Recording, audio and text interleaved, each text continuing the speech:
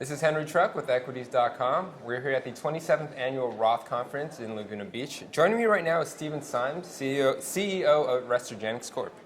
Stephen, thanks for joining us. Good morning, Henry. Restorgenex trades under the ticker symbol RESX. And Stephen, just to start us off, can you tell us about your company? I sure can. Well, we are best described as a biotech/pharma company, and we're specializing right now. Our focus is in ophthalmology, oncology, and dermatology. And we have products in development in each of those areas. Can you talk about each of those areas and the products that you have that addresses those markets? I sure will, Henry. In ophthalmology, we're very proud that we're working in macular degeneration, specifically wet age-related macular degeneration. Our product, which is a PI3 kinase AKT mTOR inhibitor, has already completed 2 phase 1 studies. And right now, in 2015, we're finalizing the final formulations and the preclinical work necessary to move into larger, expanded clinical trials next year. In the case of our oncology product, it's the same compound that we're using, actually, because this PI3 kinase AKT mTOR pathway is ubiquitous in our body. And so it lends itself to macular degeneration as well as different oncology. We have excellent preclinical data in the area of glioblastoma, which is brain cancer, and so that's the focus that we're in right now. Once again, we should be moving into clinical trials in 2016. We hope the first half of 2016. One of the unique parts of our product for glioblastoma is that our product is orally delivered. Okay. So from a patient point of view, much easier administration. Lastly, and later in the focus of the company, but is our dermatology area, and we're working in acne, which is a much lower risk area from a clinical development point of view. And once again, this product will enter clinical trials in early 2016 or first half 2016. So you have 3 addressable markets.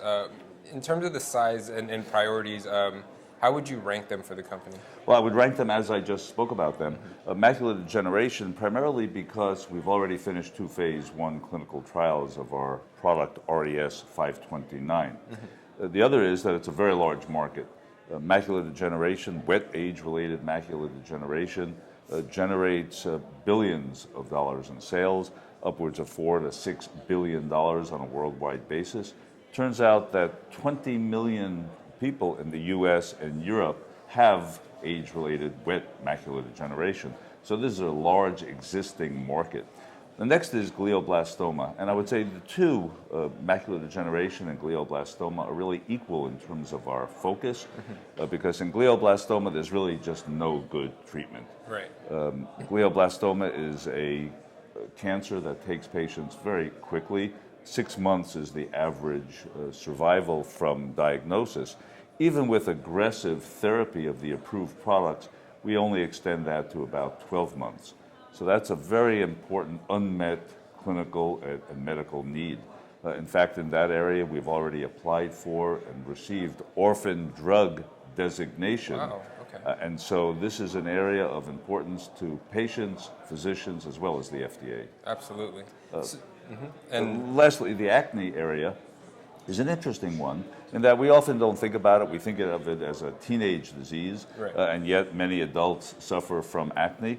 This is a $1 to $2 billion market today in the U.S. That is the prescription side of this market, and no new product has been approved in probably about 10 years. Wow. So there's a need here because the products being used are irritating, cause sun sensitivity, there are systemic effects, and the antibiotics that are used have growing resistance. Right. So there are needs for new products in this area as well.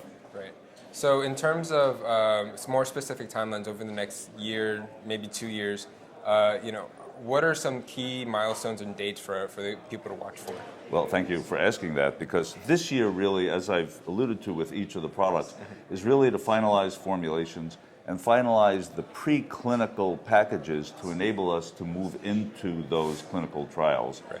2016 is really a pivotal year for the company in that we hope to initiate at least 3 human clinical trials, one in macular degeneration, one in glioblastoma, and the last in acne.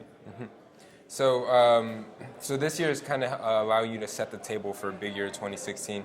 In terms of the leadership that's getting you there, can you talk about your background and some of other members of management? I'd be happy to. If it's okay with you, Henry, I'd like to start with the board of directors. Absolutely. Because I'm very proud to say that Saul Barer is the chairman of the board. Saul, many of the viewers will know, was the founder and eventually chairman of Celgene, which today is about an $80 to a $90 billion company.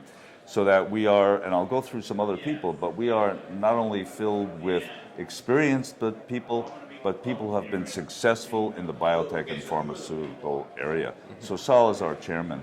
I've been with the company just, in fact, last week was 1 year. We are a relatively new company. I've been here 1 year, and this is the fourth company where I've been CEO. And each of the previous companies were sold to or merged into other bigger players. And happily, the stockholders over time did very nicely. My expertise is in focus, fundraising, and in product development. And that's what I've done in each of the four companies.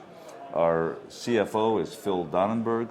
Phil and I have worked together for over 25 years, and my philosophy on personnel is when you have a team that works, you keep it together. And so Phil has been instrumental in helping us not only file the typical Qs and Ks on time, but raising money in an efficient and an effective way. Mark Weinberg is our Senior Vice President of Clinical Development.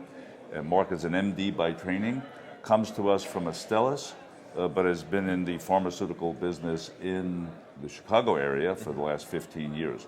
So again, an experienced team, but these are people who have not only the experience, but the expertise and have shown success. So what we're saying is these are people with a track record, and we're staying with the effective jockeys to ride this horse to a successful outcome. Right. These people have done it before. They know what they're doing. That's correct. So the pedigree is absolutely there. Stephen, any final takeaways or anything that we might have missed? Well, the last piece is money. To implement a plan like this, you need money in the bank. Last year, that is in mid-2014, we raised about $35 million. Today, after paying down expenses and doing some of the work that I've described, we have between $20 and $21 million in the bank. Nice. Our burn rate, Henry, is about $1 million a month this year. Okay. So we have enough money to get us well into 2016 to implement the plan that I've described. So we think we have the people, the products in development, as well as the money to implement this plan. Right. So you're well capitalized and you have a plan in place. So you're all cylinders are there. So well, we hope so, and the future will tell the story. But at least we're focused and implementing a plan that we think should lead to success. Wonderful. Stephen, what is your website and where can people get more information on the company? Well, the website, as you might expect, is www.restorgenex.com, RESTORGENEX.com. And so they can go to the website and see a lot of what I've just described. On the website is an information request area, so we'd be happy to respond to any questions or any information that's required. Wonderful. Stephen Symes, thank you so much. Henry, thank you. Once again, that's Restorgenex Corp, ticker symbol RESX. This has been equities.com. Thank you for watching.